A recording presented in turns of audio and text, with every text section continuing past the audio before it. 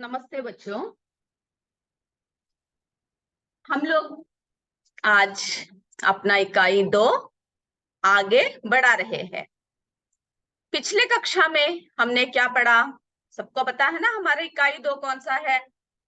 रेशों से वस्त्र तक। कौन सा है हमारा इकाई? रेशों से वस्त्र तक, इकाई 2। उसमें हमने क्या क्या पढ़ा? पौधे एवं जंतुओं से प्राप्त रेशे। फिर हमने देखा ऊन प्रदान करने वाले जंतु। और उसके बाद हमने क्या देखा? ऊन तैयार करने की विधि देखी हमने, है ना। हमने ऊन तैयार करने की विधि देखा। और उसके बाद भेड़ पालन और प्रजनन के बारे में हमने बात किया। फिर हमने पिछले कक्षा में देखा कि किस तरह से विविध चरणों से होता हुआ ऊन निर्माण होता है ना। पहले भेड़ों की बालों की कटाई होती है, फिर क्या होती है? छटाई, कताई, रंगाई, ऊनी धागा बनाना। इन सब के बारे में हमने अपने पिछले कक्षा में वर्णन किया। अब आज हम क्या पढ़ेंगे? आज हम पढ़ेंगे रेशम के बारे, है ना। रेशम कीट से हमें क्या मिलता है? रेशम मिलता है। तो आज हम किसके बारे में पढ़ने जा रहे हैं? आज हम रेशम के बारे में पढ़ रहे हैं बच्चों। रेशम, सभी लिख लीजिए, रेशम। ठीक है, हम लोग क्या पढ़ रहे हैं आज? रेशम के बारे में पढ़ रहे हैं। तो रेशम क्या है ना। रेशम, सबसे पहले हमें क्या जानना चाहिए कि रेशम क्या है? रेशम एक प्राकृतिक रेशा है ना। रेशम क्या है? रेशम एक प्राकृतिक रेशा है। तो रेशम क्या है बच्चों? रेशम एक प्राकृतिक रेशा, है ना। प्राकृतिक रेशा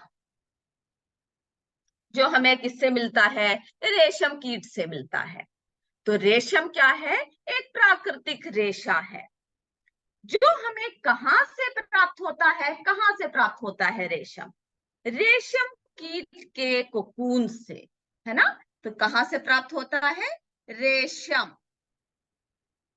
कीट के, रेशम कीट के कोकून से हमें क्या प्राप्त होता है बच्चों? हमें रेशम प्राप्त होता है ना। तो सब जरा पॉइंट लिखना है तो लिख भी सकते हैं, नहीं तो ध्यान से बैठिए। तो रेशम कीट के कोकून से हमें क्या प्राप्त होता है? हमें रेशम प्राप्त होता है ना। कोकून से हमें क्या प्राप्त होता है? रेशम प्राप्त होता है। तो रेशम क्या है? एक प्राकृतिक रेशा है जो रेशम कीट के कोकून से हमें मिलता है। और आपको पता है ना, रेशमी कपड़े सबको बहुत पसंद है। आप देखते होंगे, आप भी जब शादियां सब होते हैं क्या पहनते हैं? रेशमी कपड़े पहनते हैं, है ना। और आपके मम्मियां क्या करते हैं? आपके मम्मी सब बहुत ही सुंदर सुंदर साड़ियां पहन के निकलते हैं, है ना। जब शादी सब होते हैं तो आपको पता है ना, रेशमी क्या पहनते हैं वो लोग? रेशमी साड़ियां पहनते हैं। तो रेशम, आपने देखा होगा, बहुत ही सुंदर लगता है जब रेशमी साड़ियां, सिल्क, है ना। क्या बोलते हैं रेशम को? सिल्क। ये देखिए, रेशम की साड़ी, है ना। आपने सिल्क साड़ियां देखे होंगे जो आपकी मम्मी पहनते हैं। और आप भी रेशमी कपड़े पहनते होंगे जब हमें कहीं भी, कोई भी क्या हो, शादियां हो या जन्मदिन हो, कोई भी खास अवसर पर हम लोग क्या इस्तेमाल करते हैं? रेशमी कपड़ों का इस्तेमाल करते हैं। तो रेशम कहाँ से मिलता है? रेशम हमें, रेशम हमें कहाँ से मिलता है बच्चों? हमें रेशम कीट के कोकून से मिलता है ना। रेशम कीट के कोकून से हमें रेशम मिलता है। और रेशमी वस्त्र जो होते हैं वे काफी हल्के होते हैं। कैसे होते हैं रेशमी वस्त्र? काफी हल्के, चिकने, मजबूत और टिकाऊ होते हैं, है ना। और सबसे बड़ी बात क्या होता है? आकर्षक होते हैं, है ना। सबसे बड़ी बात क्या है? आकर्षक होते हैं। अब आप देखोगे, अब हम रेशम की बात कर रहे हैं, तो रेशम का तो इतने बातें आपकी क्लियर हो गई ना बच्चों। रेशम प्राकृतिक रेशा है जो रेशम कीट के कोकून से हमें मिलता है। अब हम बोलेंगे कि रेशम हमें कहाँ, है ना, रेशम का आविष्कार कहाँ हुआ। रेशम का आविष्कार कहाँ हुआ, कौन से देश में हुआ? चीन में, है ना, चाइना, चीन, चीन देश में। कहां पर हुआ रेशम का आविष्कार? चीन देश में। अब आपसे कोई पूछेगा रेशम का आविष्कार कौन से देश ने किया, कहां पर हुआ, तो कौन सा देश है बच्चों? चीन देश, चाइना। और चीन वर्तमान समय में भी विश्व का, अभी भी क्या है, विश्व का सर्वाधिक रेशम उत्पादन करने वाला देश है। सबसे ज्यादा रेशम उत्पादन करता है। और भारत, अब आप सोचोगे तो चाइना में, तो भारत का क्या? भारत भी व्यवसायिक स्तर पर बहुत अधिक रेशम उत्पादन करता है। और विश्व के लगभग भारत कितना उत्पादन करता है?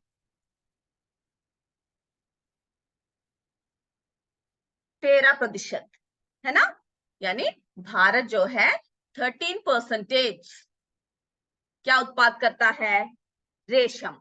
और आपको ये जानना चाहिए कि रेशम कहां पर आविष्कार हुआ, कहां पर सबसे पहले आविष्कार किया? चीन में।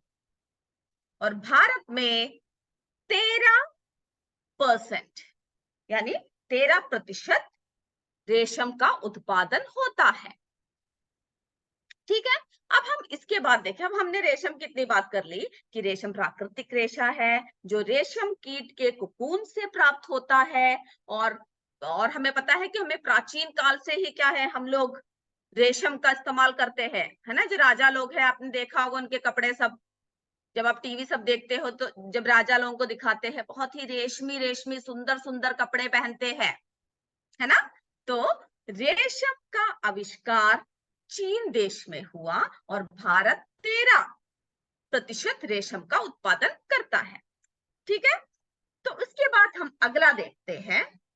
अब हम रेशम के कीट के बारे में थोड़ा सा जानकारी हासिल करते हैं, है ना। जब हम रेशम की बात कर रहे हैं तो हम किसके बारे में अब देखेंगे? रेशम कीट का जीवन चक्र, है ना, कि कैसा कैसा रेशम कीट धीरे धीरे बढ़ता है ना। तो अगला हम लोग क्या देख रहे हैं? अगला हम देख रहे हैं रेशम कीट का जीवन चक्र। क्या देख रहे हैं हम? रेशम कीट का जीवन चक्र, का जीवन चक्र, जीवन चक्र, है ना। रेशम कीट का जीवन चक्र के बारे में अब हम बात करेंगे।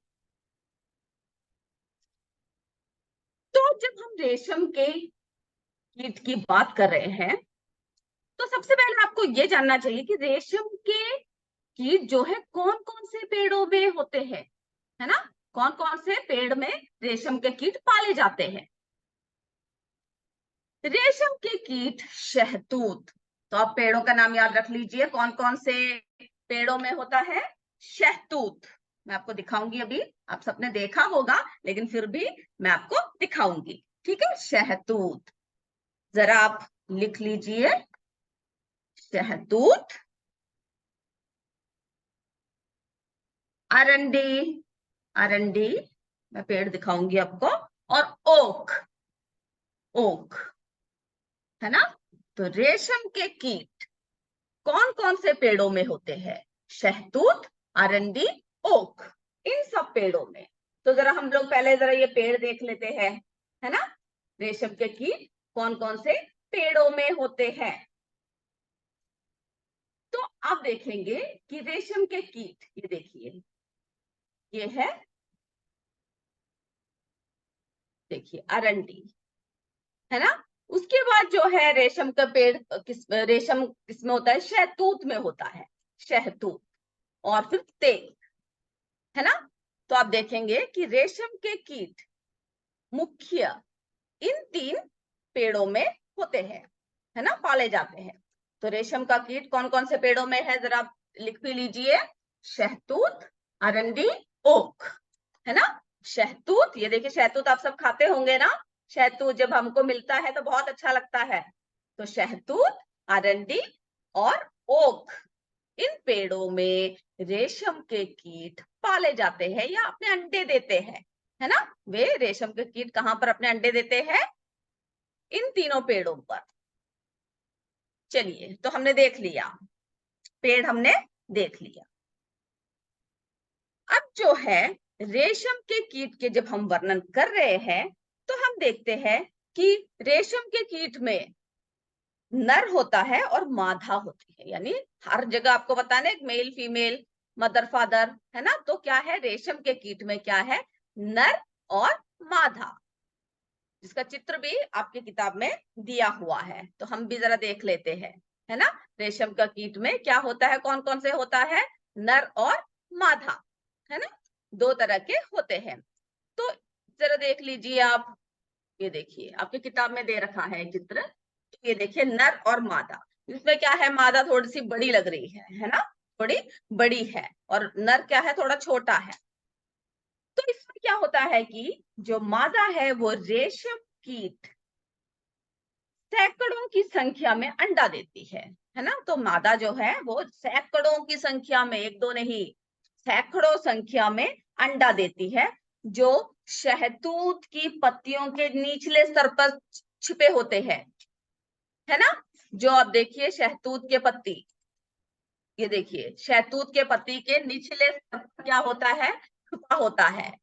मादा कौन अंडा देता है, मादा, है ना। नर और मादा दो दो हमने देखे, जिसमें से मादा जो है सैकड़ों अंडे देती है, जो शहतूत के पत्तियों के निचले स्तर पर चिपके होते हैं, है ना। देखिए इस तरह से इसके नीचे के स्तर पर क्या हुआ है, वे चिपके हुए हैं।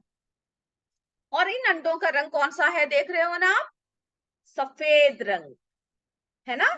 इन अंडों से कैसे लार्वा निकलता है, कैसे बच्चे निकलते हैं, सफेद रंग के निकलते हैं, है ना, सफेद रंग के निकलते हैं।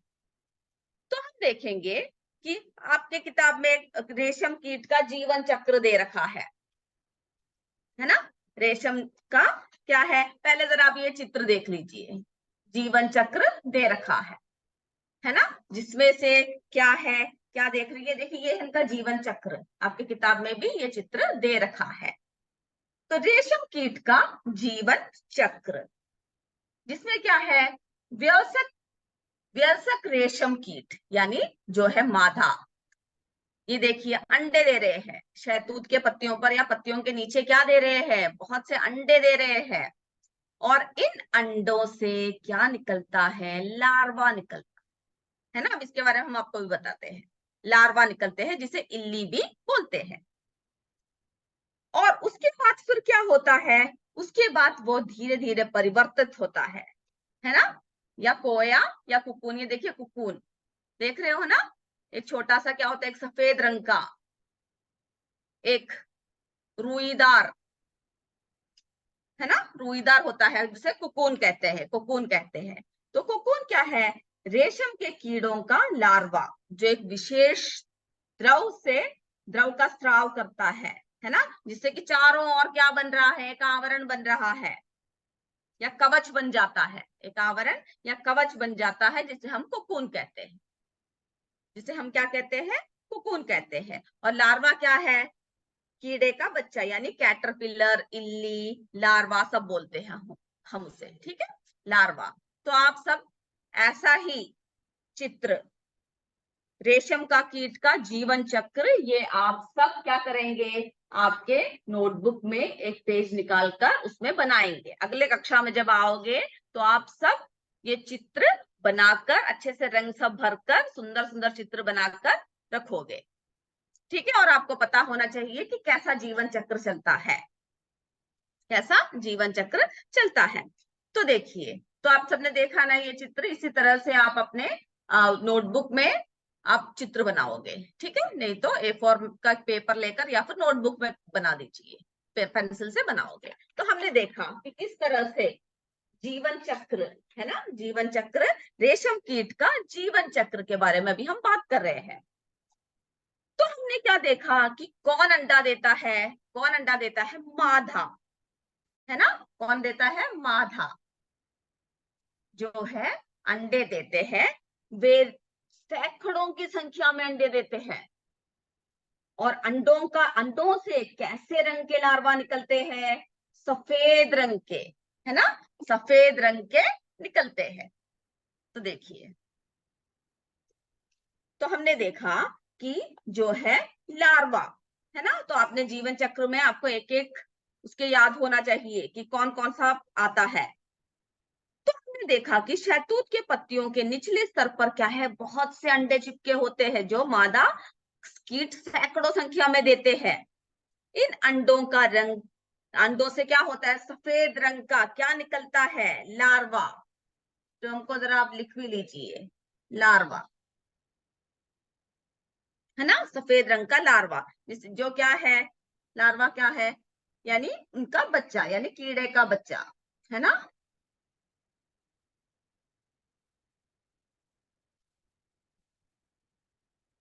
देखिए, उसके बाद फिर आपने क्या देखा, इनको हम लोग क्या भी बोलते हैं, कैटरपिलर या इल्ली, है ना, इसको क्या बोलते हैं हम लोग, कैटरपिलर भी बोलते हैं। देखिए, अब जरा ध्यान से बैठिएगा, कैटरपिलर, या फिर हम लोग क्या बोलते हैं इसे, इल्ली।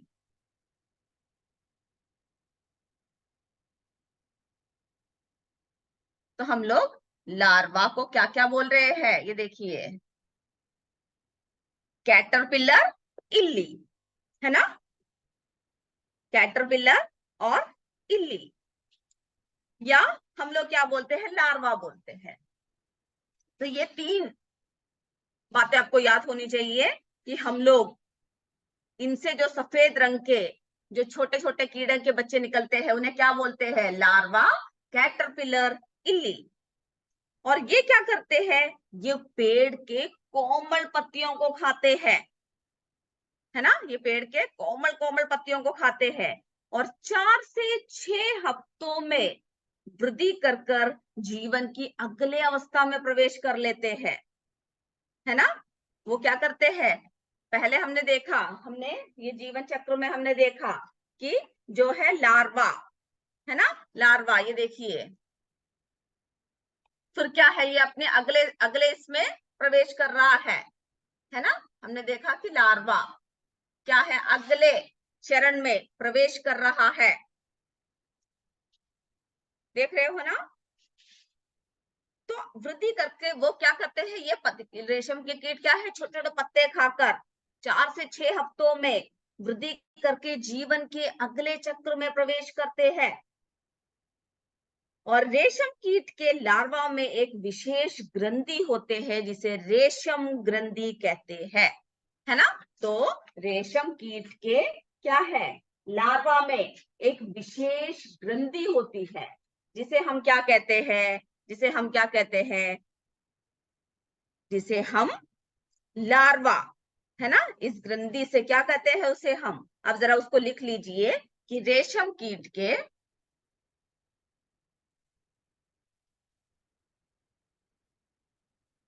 चलिए, तो रेशम कीट के लार्वा में एक विशेष ग्रंथि होती है, विशेष क्या होती है, एक ग्रंथि होती है जिसे जिसे हम लोग क्या बोलते हैं, रेशम कीट के इसमें क्या होता है, एक विशेष ग्रंथि होती है जिसको हम लोग रेशम ग्रंथि कहते हैं। क्या कहते हैं, रेशम ग्रंथि।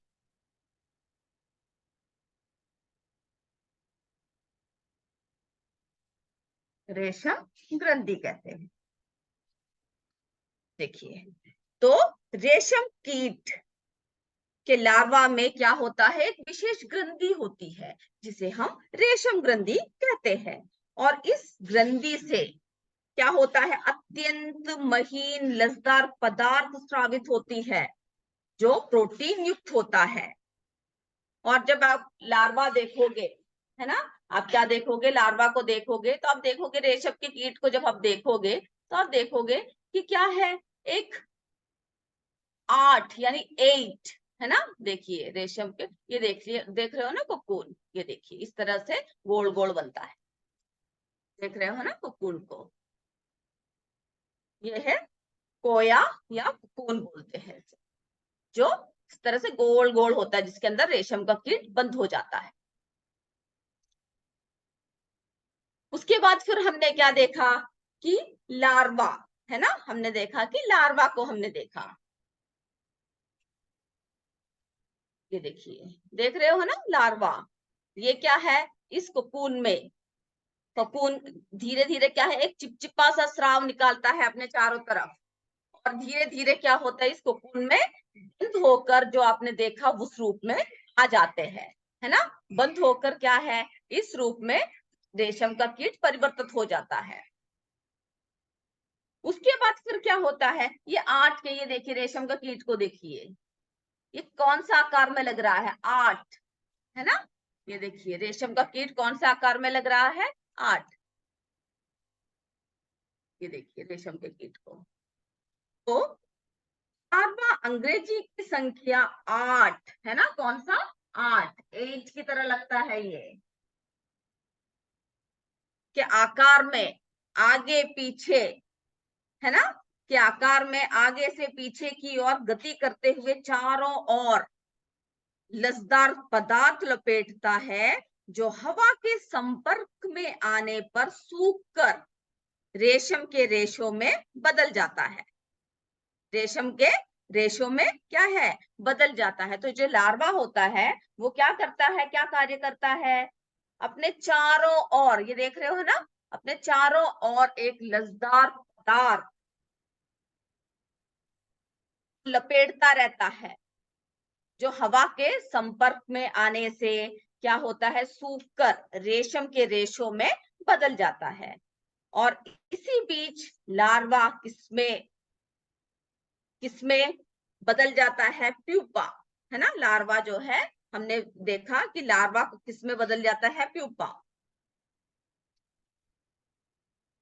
ये सब आप घर में जाकर किताब को पढ़ोगे भी, और आप अच्छे से इसके चित्र बनाकर कौन कौन से, है ना, इनके कौन कौन से, देखिए प्यूपा कौन कौन सी अवस्था है वो सब आप लिखोगे। जो प्यूपा जो है किसमें रूपांतरित, जो लार्वा जो है वो प्यूपा में रूपांतरित हो जाता है ना। तो हमने देखा लार्वा, लार्वा किसमें बदल जाता है, प्यूपा में बदल जाता है। और फिर क्या होता है, रेशम के रेशों से लिपटे हुए प्रत्येक प्यूपा एक सफेद गोलकार संरचना में बंद हो जाता है। हमने देखा ना, एक सफेद सफेद गोल गोल, उसमें वे बंद हो जाते हैं, जिसे हम लोग क्या कहते हैं, प्यूपा युक्त गोलकार रचनाओं को, इन गोलकार रचनाओं को हम लोग क्या बोलते हैं, कोकून कहते हैं, है ना। आपने देखा वो सफेद, तो इसे हम लोग क्या बोलते हैं, कोकून, इसे हम कोकून बोलते हैं। और कोकून के भीतर ही प्यूपा विकसित होता है, और होकर क्या होता है, विकसित होकर एक वयस्क रेशम कीट में बदल जाता है। तो कोकून किस में बदल गया, रेशम कीट, है ना। धीरे धीरे क्या हुआ, ये रेशम कीट में परिवर्तित हो गया, रेशम कीट, है ना। धीरे धीरे क्या हुआ, रेशम कीट में परिवर्तित हो गए, और अंत में रेशम कीट कोकून के रेशों को काटते हुए क्या होता है, बाहर निकल आता है। हमने देखा ना उनका पूर्ण रूप, नर्मदा, बाहर निकल आता है और अपने नए जीवन चक्र में प्रवेश कर लेता है ना। तो आज हमने क्या क्या देखा, आज हमने देखा कि रेशम, हम किसके बारे में पढ़ा, हमने रेशम के बारे में पढ़ा कि रेशम एक प्राकृतिक रेशा है, जो रेशम कीट के कोकून से प्राप्त होता है। और फिर हमने देखा कि रेशम का आविष्कार चीन देश में हुआ, और भारत में भी क्या है, व्यावसायिक स्तर पर बहुत अधिक रेशम उत्पादन करता है। उसके बाद हमने देखा रेशम कीट का जीवन चक्र, और हमने पेड़ देखे, शहतूत, अरंडी और ओक, है ना, इन पेड़ों पर पाले जाते हैं। और मादा क्या है, सैकड़ों संख्या में अंडे देते हैं। फिर हमने क्या देखा कि इन अंडों से सफेद रंग का लार्वा निकलते हैं, जिसे कैटरपिलर, इल्ली, है ना, और क्या बोलते हैं, लार्वा कहा जाता है। और उसके बाद क्या है, ये पेड़ों की पत्तियां खाकर 4 से 6 हफ्तों में जीवन के अगले चक्र में प्रवेश करता है। और जो रेशम कीट के लार्वा में एक विशेष ग्रंथि होती है, उसे हम रेशम ग्रंथि कहते हैं। और फिर हमने देखा कि लार्वा जो है अंग्रेजी की संख्या 8 के आकार से आगे और पीछे की गति करते हुए चारों तरफ लसदार पदार्थ बनाता है ना, जो हवा के संपर्क में आने से सूख कर रेशम के रेशों में बदल जाता है। और इसी बीच लार्वा किसमें बदल जाता है, प्यूपा, है ना, प्यूपा में रूपांतरित हो जाता है। और रेशम के रेशों से लिपटे हुए प्रत्येक प्यूपा एक सफेद गोलकार संरचना में बंद हो जाते हैं। और प्यूपा युक्त गोलकार रचनाओं को कोया या कोकून कहते हैं। उन रचनाओं को, उन गोल गोल आकार को कोकून कहते हैं। उसके बाद फिर क्या होता है, पूरा विकसित होकर रेशम कीट में बदल जाते हैं। और अंत में क्या करते हैं, रेशम कीट कोकून के रेशों काटते हुए बाहर निकल आता है और अपने नए जीवन चक्र में प्रवेश कर लेता है। तो अगले कक्षा में जब आओगे तो रेशम कीट का जीवन चक्र सभी पढ़कर आओगे और उसके चित्र बनाकर आओगे। चलिए अब हम जल्दी से हमारा प्रश्न शुरू कर, है ना, हमें अपने प्रश्न उत्तर में जाना है। तो सभी नोटबुक बंद रखोगे और हम लोग अपने प्रश्नों को पूछने जा रहे हैं। तो देखिए प्रश्न, सभी तैयार रहिए। हमने पिछले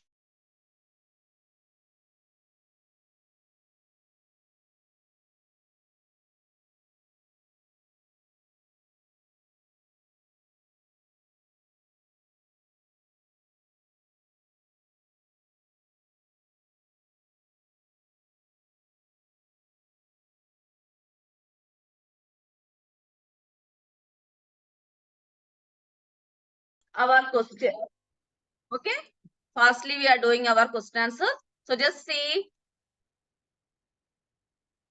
क्वेश्चंस देखते हैं। चलिए जल्दी जल्दी जवाब दीजिएगा।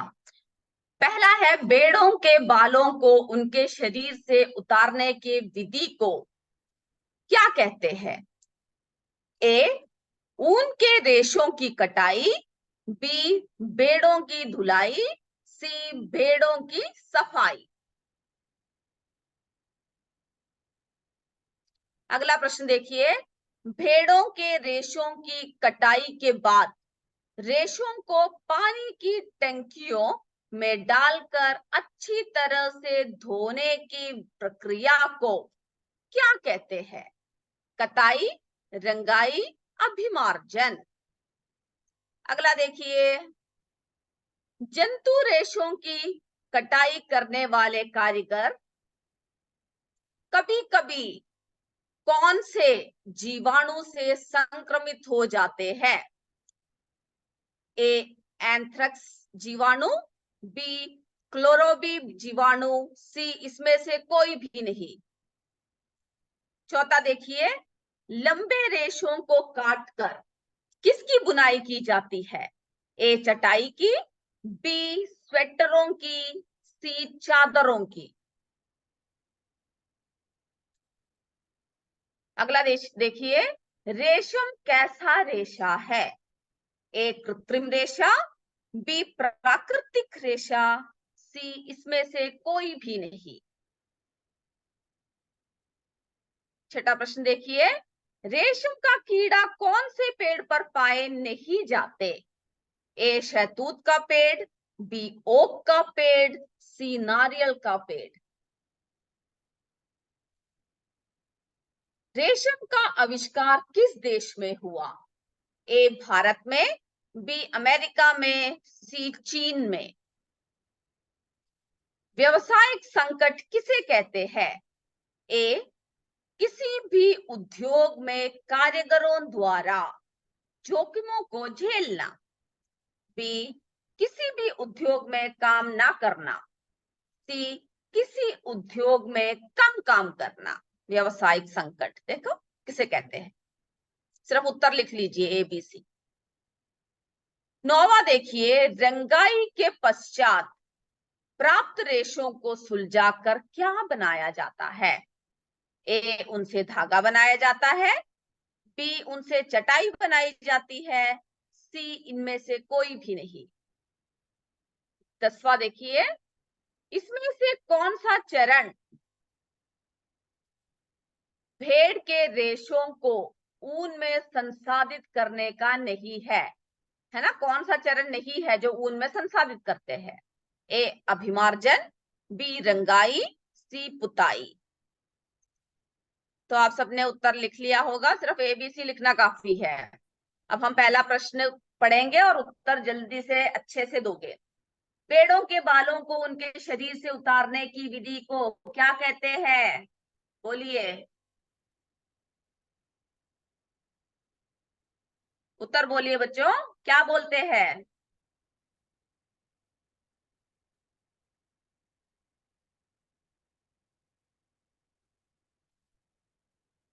आप लोग सुन रहे हो ना, बोल पा रहे हो ना? भेड़ों के बालों को उनके शरीर से उतारने की विधि को क्या कहते हैं?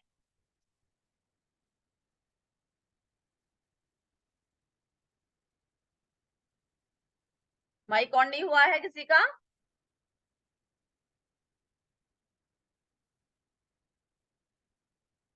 आप मेरी आवाज सुन रहे हो ना?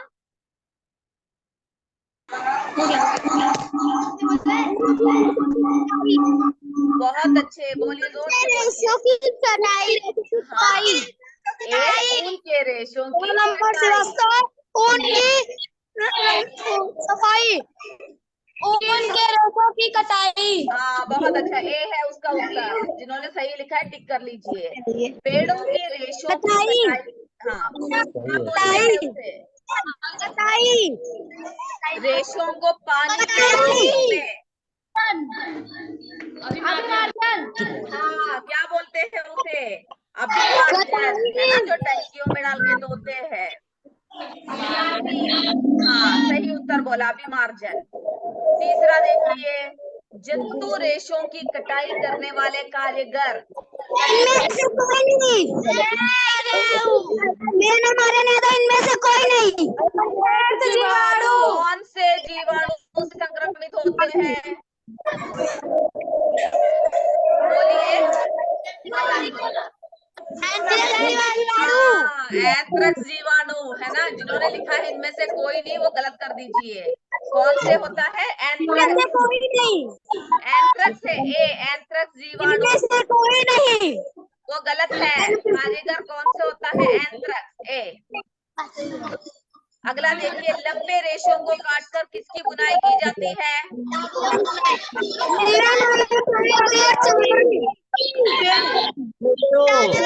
हाँ, स्वेटरों की, स्वेटरों की, वो है सही उत्तर, स्वेटरों की। रेशम कैसा रेशा है? कैसा रेशा है?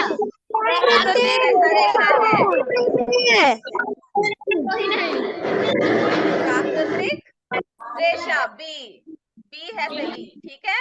अगला देखिए, रेशम का कीड़ा कौन से पेड़ पर पाए नहीं जाते? नारियल के पेड़ में। हाँ, सही है। रेशम का आविष्कार किस देश में हुआ? चीन में, बहुत अच्छा। व्यावसायिक संकट किसे कहते हैं?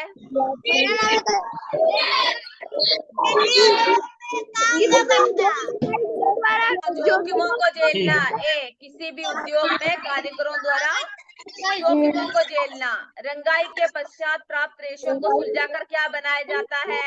धागा बनाया जाता है। उसमें से कौन सा चरण बेड के रेशों को ऊन में संसाधित करने का? हाँ, पुताई, सी। ने सही उत्तर दिया, जिन्होंने गलत दिया वो गलत कर दीजिएगा, सही कर दीजिएगा। तो हम आज का कक्षा इसी के साथ समाप्त करते हैं। जय विद्या शक्ति, जय हिंद। हाँ, सही है, जय भारत।